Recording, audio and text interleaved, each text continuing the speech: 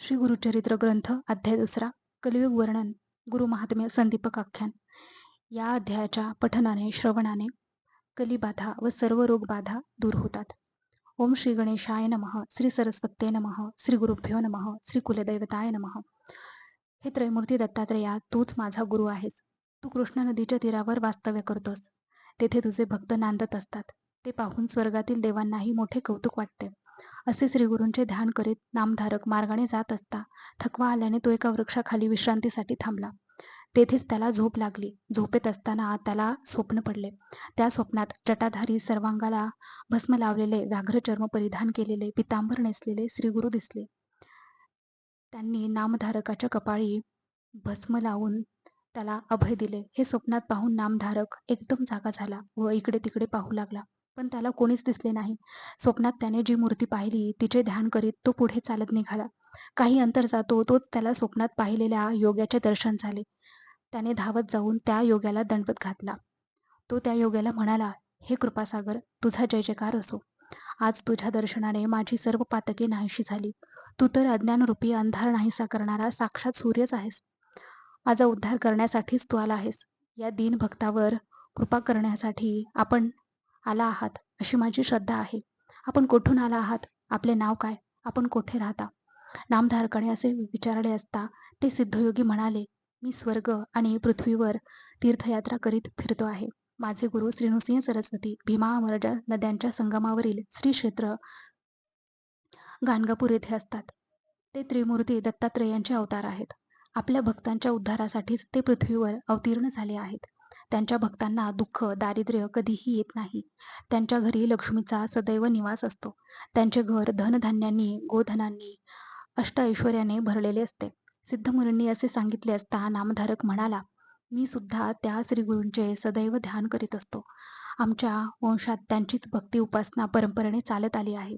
असे असताना माझ्याच नशिबी ही कष्टदशा का बरे? माझे नशीब थोर म्हणून आज तुम्ही मला भेटलात. तुम्हीच माझे तारक आहात. आता कृपा करून माझ्या संशयाचे निराकरण करा. नामधारकाने असे विचारले असता सिद्धयोगी म्हणाले, अरे, श्रीगुरु भक्तवत्सल आहेत. त्यांची कृपा लहान मोठ्यांवर सारखीच असते. ज्यावर गुरुकृपा आहे त्याला कसलेही दुःख असू शकत नाही. श्रीगुरु कृपा झालेला मनुष्य काळालाही जिंकतो. सर्व देवदेवता त्याला वश होतात. अशा श्रीगुरूची तू भक्ती करतोस आणि तरीही आपण दीनदुखी आहोत असे सांगतोस. याचा अर्थ हाच की तुझी त्यांच्यावर दृढ भक्ती नाही, श्रद्धा नाही, म्हणूनच तुला नाना प्रकारचे दुःखी भोगावी लागत आहेत. श्री गुरु दत्तात्रेय ब्रह्मा, विष्णू, महेश स्वरूप आहेत. त्यांची एकभावे उपासना केली असता ते सर्व काही देतात, म्हणून तू त्यांच्यावर दृढ श्रद्धा ठेव.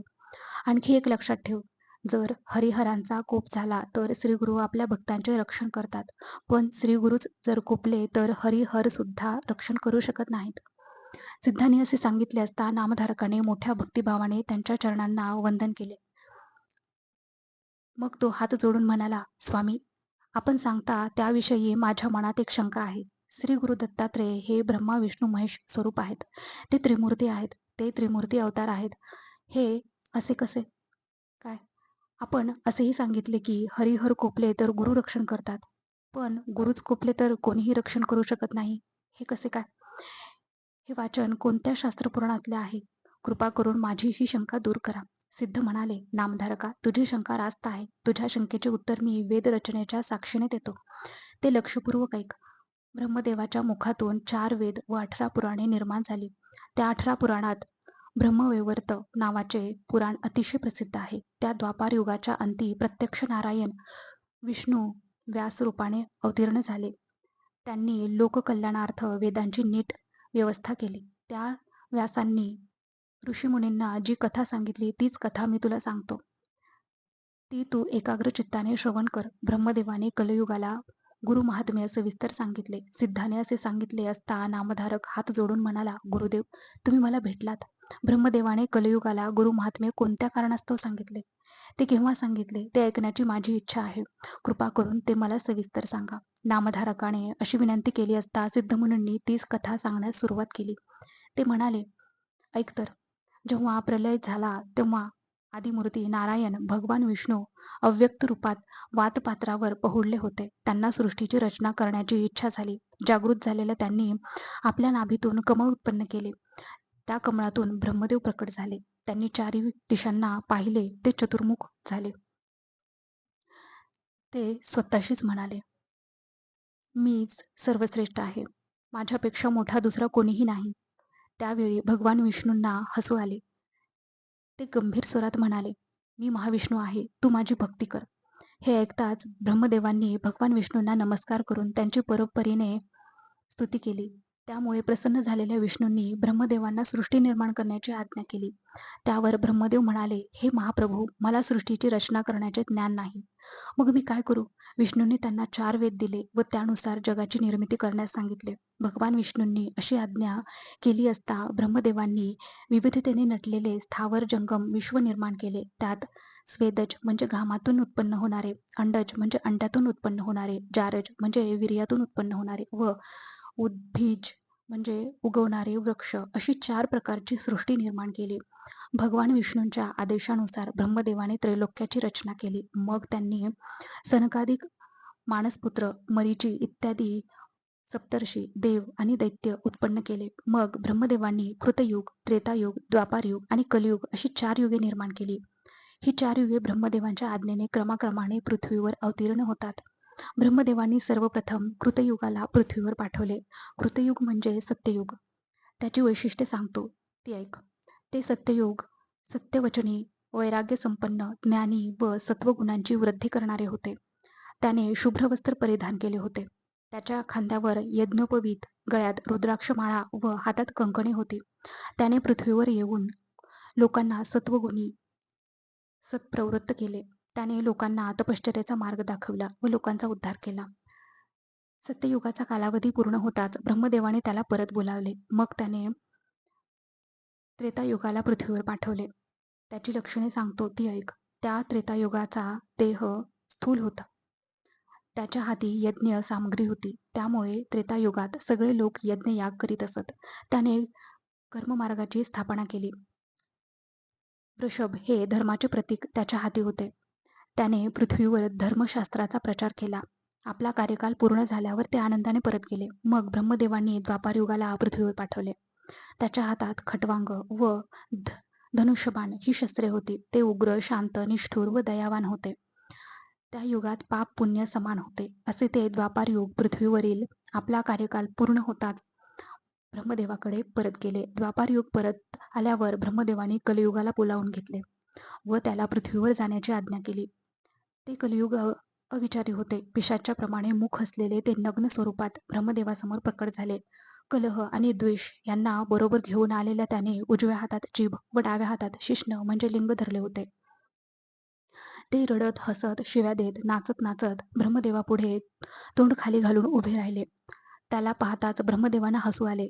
तू लिंग आणि जीभ का धरली आहेस असे विचारले असता कलियुग म्हणाले, मी सर्वांना जिंकू शकतो, पण वाणी, रसना व कामवासना यांच्यावर जे ताबा ठेवतात त्यांचे मी काहीही वाईट करू शकत नाही. ब्रह्मदेवांनी त्याला पृथ्वीवर जाण्यास सांगितले.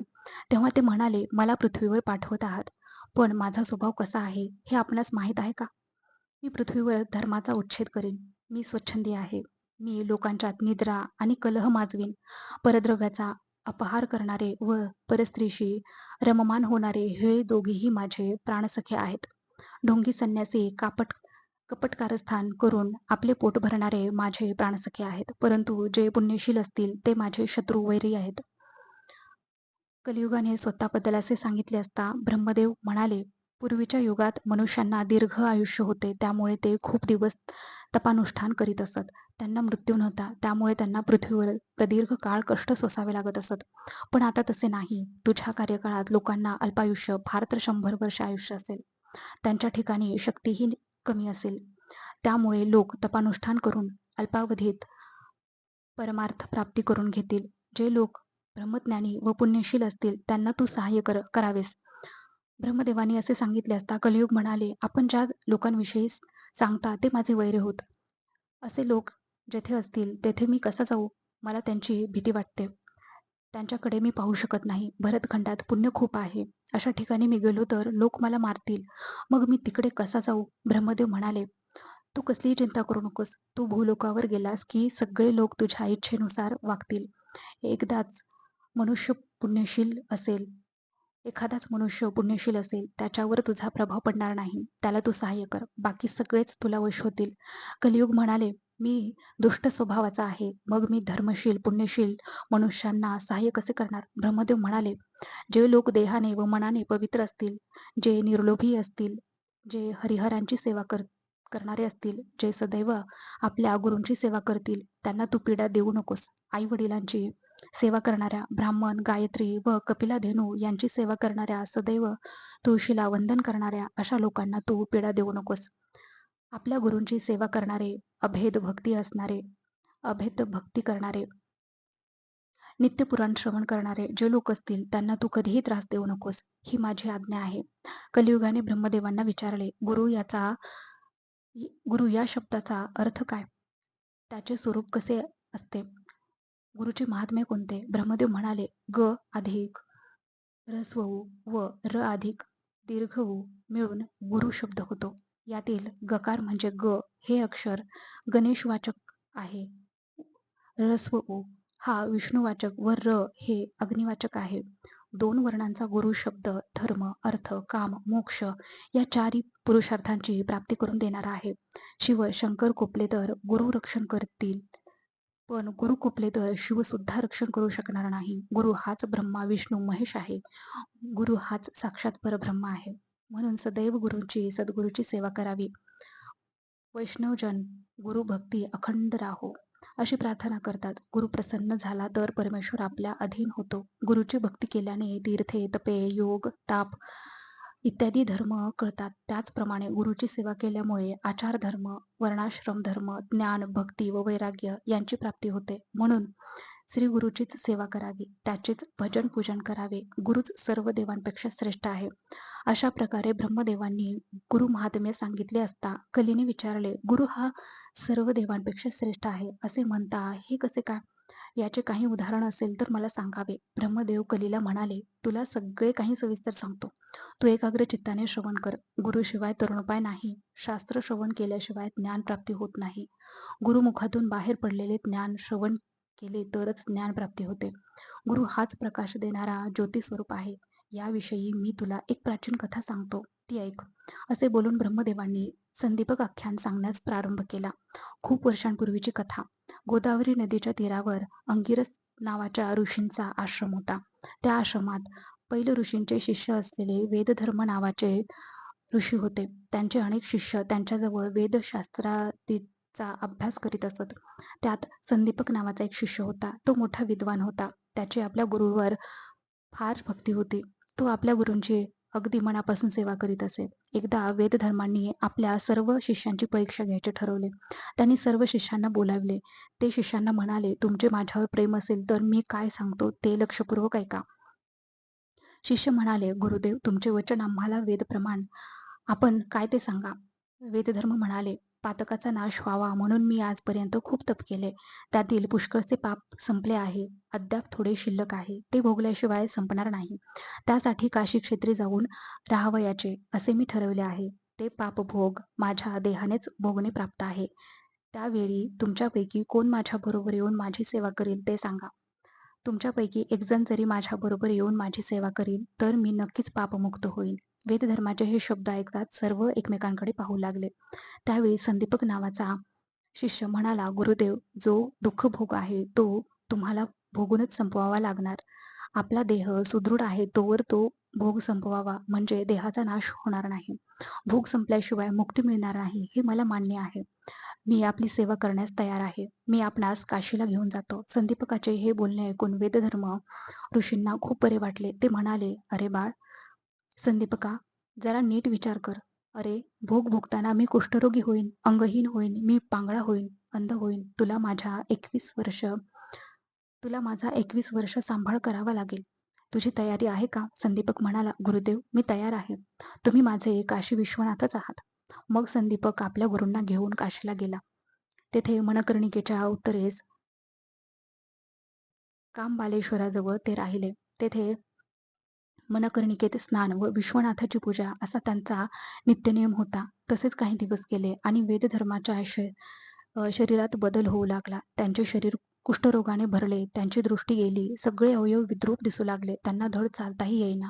पण संदीपक त्यांच्या सेवेत काहीही कमी करीत नसे. तो त्यांचे कपडे धुत असे, त्यांना स्नान घालीत असे, त्यांचा बिछाना घालीत असे. पण महाव्याधीने त्रस्त झालेले गुरु संदीपकाला उलटसुलट आज्ञा करून अत्यंत त्रास देत असत. संदीपकाने कितीही सेवा केली तरी गुरु वेदधर्म त्याच्यावर सारखे रागवत, चिडत, सारखी कसली तरी तक्रार करीत असत. पण संदीपकाने गुरुसेवेत कधीही खंड पडू दिला नाही. गुरुसेवा हेच त्याचे जीवन झाले होते. संदीपक भिक्षा मागून आणीत असे, पण कधी कमीच आणलीस म्हणून गुरु रागवत. पण कधी कधी गोड पदार्थ आणले नाहीस म्हणून सगळे अन्न फेकून देत असत. पण संदीपक कधीही कष्टी होत नसे. गुरूंची रात्रंदिवस सेवा करण्यात त्याला आनंद होत असे. संदीपकाच्या या गुरुसेवेची कीर्ती देवांना समजली. हा गुरुभक्त आहे तरी कसा हे पाहावे म्हणून भगवान शंकर तेथे प्रकट झाले.